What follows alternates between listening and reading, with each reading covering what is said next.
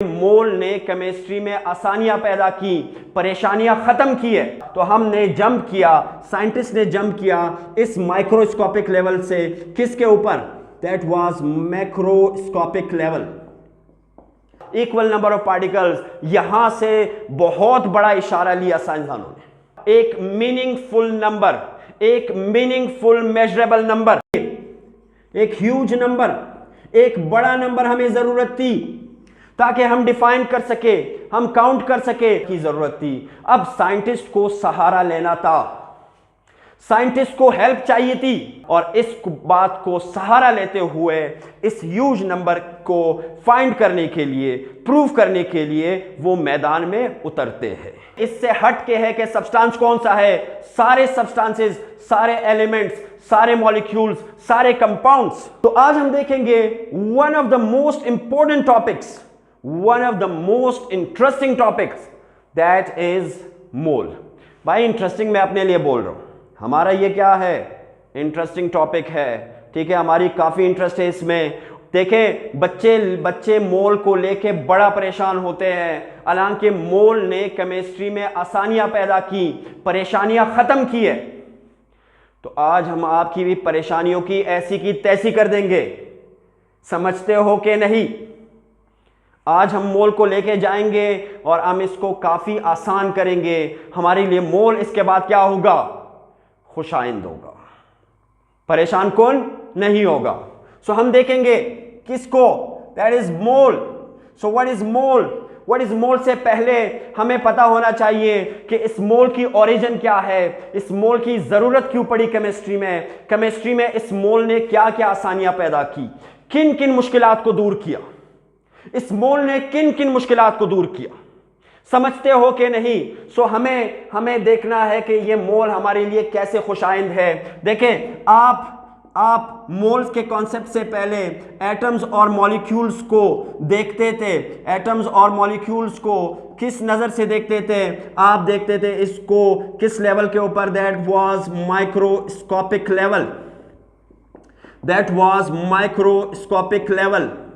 हम एटम्स और मॉलिक्यूल्स को डील करते थे किस लेवल के ऊपर? दैट वाज माइक्रोस्कोपिक लेवल, जिसमें एटम्स के पार्टिकल्स को, मॉलिक्यूल के पार्टिकल्स को मेजर करना क्या था? बड़ा मुश्किल काम था, ठीक है, बड़ा इम्पॉसिबल काम था ये हमारे लिए। तो माइक्रोस्कोपिक लेवल में हम इन एटम्स और मॉलिक्यूल्स को, जो कि स्मॉलेस्ट पार्टिकल्स हैं, जो कि एक्सट्रीमली स्मॉलेस्ट पार्टिकल्स थे, इनको काउंट करना क्या था? इम्पॉसिबल था। बाय वन अगर हम इनको काउंट करें तो ये हमारे लिए पॉसिबल नहीं था। तो हमने इस लेवल से निकलना था। तो हमने जंप किया, साइंटिस्ट ने जंप किया इस माइक्रोस्कोपिक लेवल से किसके ऊपर? That was macroscopic level, that was macroscopic level. अब मैक्रोस्कोपिक लेवल में क्या हुआ कि हमने इन स्मॉलेस्ट पार्टिकल्स को क्या किया? कंबाइन किया और हमने निकाला इससे निकाला एक मीनिंगफुल नंबर, एक मीनिंगफुल मेजरेबल नंबर। हमने कंबाइन करने के बाद हमने एक मीनिंगफुल मेजरेबल क्वांटिटी निकाली, मेजरेबल वैल्यू या नंबर हमने निकाला इससे। किससे? जब हम माइक्रोस्कोपिक लेवल से जंप कर गए मैक्रोस्कोपिक लेवल पर, जिसमें हमने स्मॉल पार्टिकल्स को लार्ज नंबर में शो किया, कंबाइन करके लार्ज नंबर में शो किया, और हम चाहते थे कि यह मीनिंगफुल नंबर हमारे पास किस शक्ल में आए? दैट इज ग्राम्स, जो कि लार्ज क्वांटिटी है कंपैरेटिवली। समझते हो कि नहीं? देखिए, हमने क्या देखा कि पहले एटम्स और मॉलिक्यूल्स को हम डील करते थे माइक्रोस्कोपिक लेवल पर, जो कि स्मॉल पार्टिकल्स को मेजर करने के लिए इम्पॉसिबल था। हम इसको लेके आए बड़े लेवल के ऊपर, मैक्रोस्कोपिक लेवल पर, इस दुनिया में दाखिल हुए। समझते हो कि नहीं? तो अब हमने एक टर्म लेना है कि जब हम इन स्मॉल पार्टिकल्स को कंबाइन करेंगे तो हमारे पास एक ह्यूज नंबर होना चाहिए। क्या होना चाहिए? एक ह्यूज नंबर, एक बड़ा नंबर हमें जरूरत थी ताकि हम डिफाइन कर सके, हम काउंट कर सके इन स्मॉल पार्टिकल्स को काउंट करने के लिए हमें एक बड़े नंबर की जरूरत थी। अब साइंटिस्ट को सहारा लेना था, साइंटिस्ट को हेल्प चाहिए थी, तो उन्होंने वो सहारा किससे लिया? वो सहारा लिया एवोगैड्रोस हाइपोथेसिस से। एवोगैड्रोस हाइपोथेसिस से। यहां कॉन्सेप्ट गलत नहीं करना, this is not Avogadro's number. मैं एवोगैड्रोस नंबर की बात नहीं कर रहा हूं, मैं एवोगैड्रोस हाइपोथेसिस की बात कर रहा हूं, जिसने 1811 में हाइपोथेसिस दी थी, जिसका स्टेटमेंट क्या था? What was the statement of Avogadro's hypothesis? That statement was कि equal volume of gases under similar conditions, equal volume of gases under similar conditions contain what? Equal number of particles। ये जो last मैंने बोला equal number of particles, यहां से बहुत बड़ा इशारा लिया साइंसदानों ने। Okay, so what was that statement? बताता हूं व्हाट वाज दैट स्टेटमेंट, कि वो इशारा क्या था? Equal, Avogadro's hypothesis stated that equal volume of gases contain equal number of particles. Those particles were maybe atoms or ions or molecules, maybe atoms or molecules under similar condition। तो वो similar condition क्या थी? That they were temperature and pressure. Temperature and pressure के ऊपर Avogadro's hypothesis की statement क्या थी? क्या बयान करता है कि इक्वल नंबर ऑफ वॉल्यूम, कि अगर हम मुख्तलिफ गैसों के इक्वल नंबर ऑफ वॉल्यूम ले, अंडर सिमिलर कंडीशन, टेम्परेचर और प्रेशर को कांस्टेंट रखे, तो उनके नंबर ऑफ पार्टिकल्स क्या होंगे? इक्वल होंगे। समझते हो कि नहीं? यहां से जो ये इक्वल नंबर ऑफ पार्टिकल्स है, यहां से साइंटिस्ट को इशारा मिला, और इस बात को सहारा लेते हुए इस ह्यूज नंबर को फाइंड करने के लिए, प्रूव करने के लिए वो मैदान में उतरते हैं। समझते हो कि नहीं? आती है बात समझ सबको? क्लियर है? ओके, अब इस बात को प्रूव करने के लिए कि इक्वल नंबर ऑफ पार्टिकल्स, वो नंबर कौन सा होना चाहिए? वो ह्यूज नंबर कौन सा होना चाहिए जो कि कंटेन करे इक्वल नंबर ऑफ पार्टिकल्स? तो इसके लिए साइंटिस्ट करते हैं कुछ एक्सपेरिमेंटल टेक्निक्स। तो what were those experimental techniques? Experimental techniques, तो उसमें एक एक्सपेरिमेंटल टेक्निक क्या था? Measuring the volume of gases. क्या था? Measuring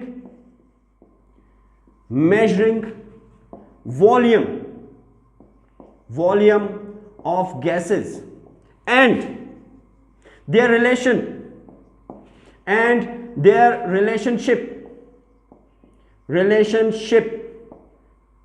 relationship with mass।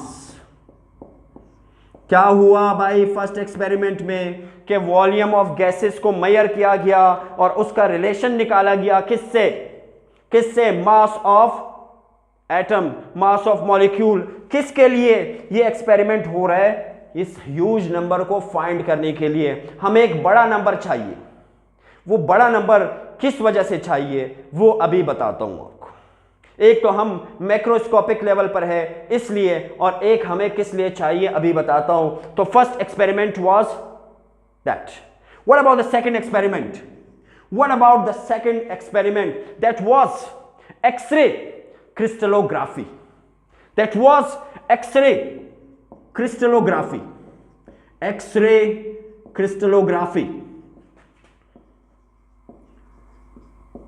Crystallography.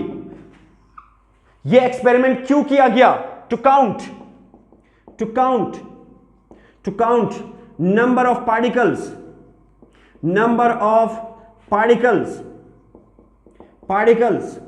in a crystal. इस एक्सपेरिमेंट से भी साइंटिस्ट गुजरे ताकि ह्यूज नंबर फाइंड किया जा सके. What was the third experiment? That was electric charge. That was electric charge experiment. Electric charge experiment. ये एक्सपेरिमेंट करने के बाद साइंटिस्ट एक नंबर प्रूफ करते हैं.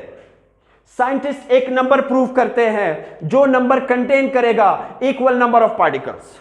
ये सहारा नहीं भूलना, जो नंबर कंटेन करेगा equal number of particles. What was that number? That chosen number was what? 6.022 into 10 raised to power 23. 6.022 into 10 raised to power 23. ऐसा बड़ा नंबर, ऐसा ह्यूज नंबर जिसमें इक्वल नंबर ऑफ पार्टिकल्स होंगे हर सब्सटेंस के, जिसमें equal number of particles होंगे तमाम substance के. ये इससे हट के है कि सब्सटेंस कौन सा है. सारे सब्सटेंसेस, सारे एलिमेंट्स, सारे मॉलिक्यूल्स, सारे कंपाउंड्स इसमें क्या हो जाते? इसमें आ जाते. समझते हो कि नहीं? हवाई फायरिंग तो नहीं. समझते हो कि नहीं? हवाई फायरिंग तो नहीं. शेर व शायरी हमारी. समझते हो? तो इस इक्वल नंबर ऑफ पार्टिकल्स के लिए, इस इक्वल नंबर ऑफ पार्टिकल्स, ये इक्वल नंबर ऑफ पार्टिकल्स ये किस में आ जाएंगे? इसमें आएंगे. किस में आएंगे? इसमें आएंगे. अब ये इतना बड़ा नंबर है, ये इतना नंबर है. जब आप जीरो लगाओगे, जब आप ये 23 जीरो लगाओगे, ठीक है, ऑर्डिनरी नोटेशन में लिखने के बाद, तो आपको पता चलेगा कि ये कितना बड़ा नंबर है. तो इतना बड़ा नंबर क्यों है? एक तो हम है किस पे? मैक्रोस्कोपिक लेवल के ऊपर. और एक, अगर आप किसी भी एटम का लेट सपोज हम लेते हैं हाइड्रोजन का हमारे पास एटॉमिक मास, हाइड्रोजन का हमारे पास एटॉमिक मास कितना है? That is 1.67 into 10 raise to power -27 और 24 ग्राम, जो कि बहुत कम है. तो इतने छोटे पार्टिकल्स को जब हम इकट्ठा करेंगे, इतने सारे पार्टिकल्स को जब हम इकट्ठा करेंगे ग्रुप की शक्ल में, तो हमें एक बड़े नंबर की जरूरत थी. और इस बड़े नंबर को क्या कहते हैं? इस बड़े नंबर को फिलहाल, यही कंफ्यूजन है, यही बच्चों के ज़हन में कंफ्यूजन है. फिलहाल हम इसको क्या नाम देंगे? इसको नाम देंगे 6.022 इंटू 10 रेज़ टू पावर 23. अ बड़ा number, huge number that contains equal number of particles.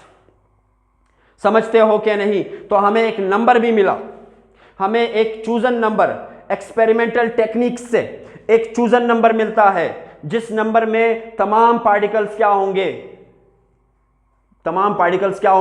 आ जाते हैं, चाहे वो कोई भी सब्सटेंस हो.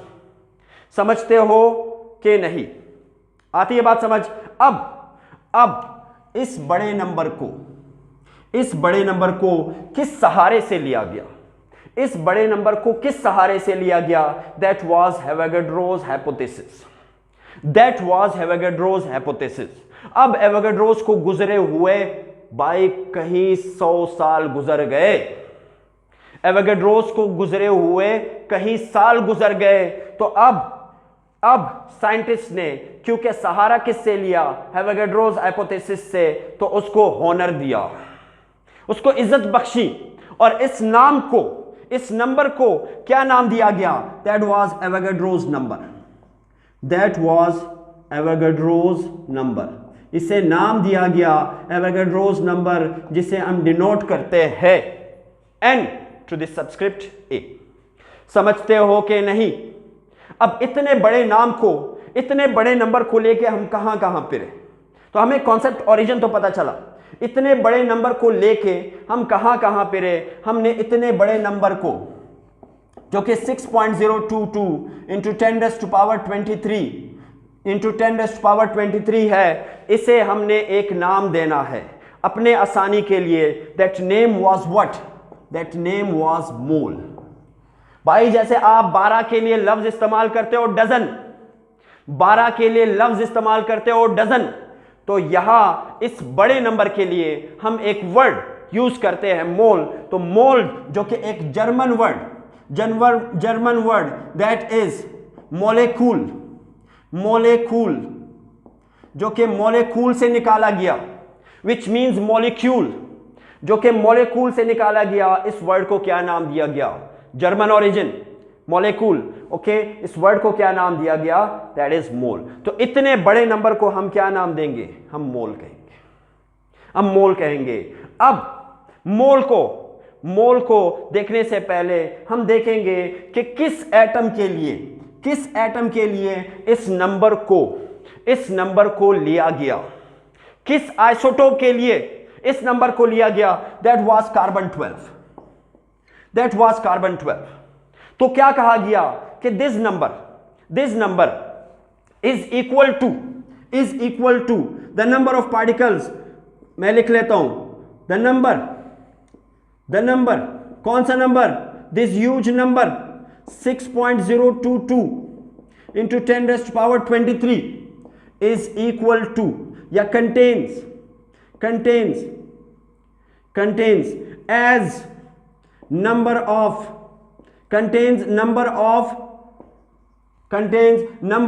particles as in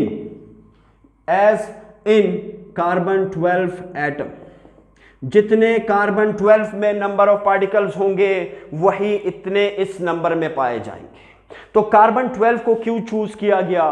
क्योंकि हमारे पास क्या है? ये एक स्टेबल आइसोटोप है। Carbon 12 is what? A stable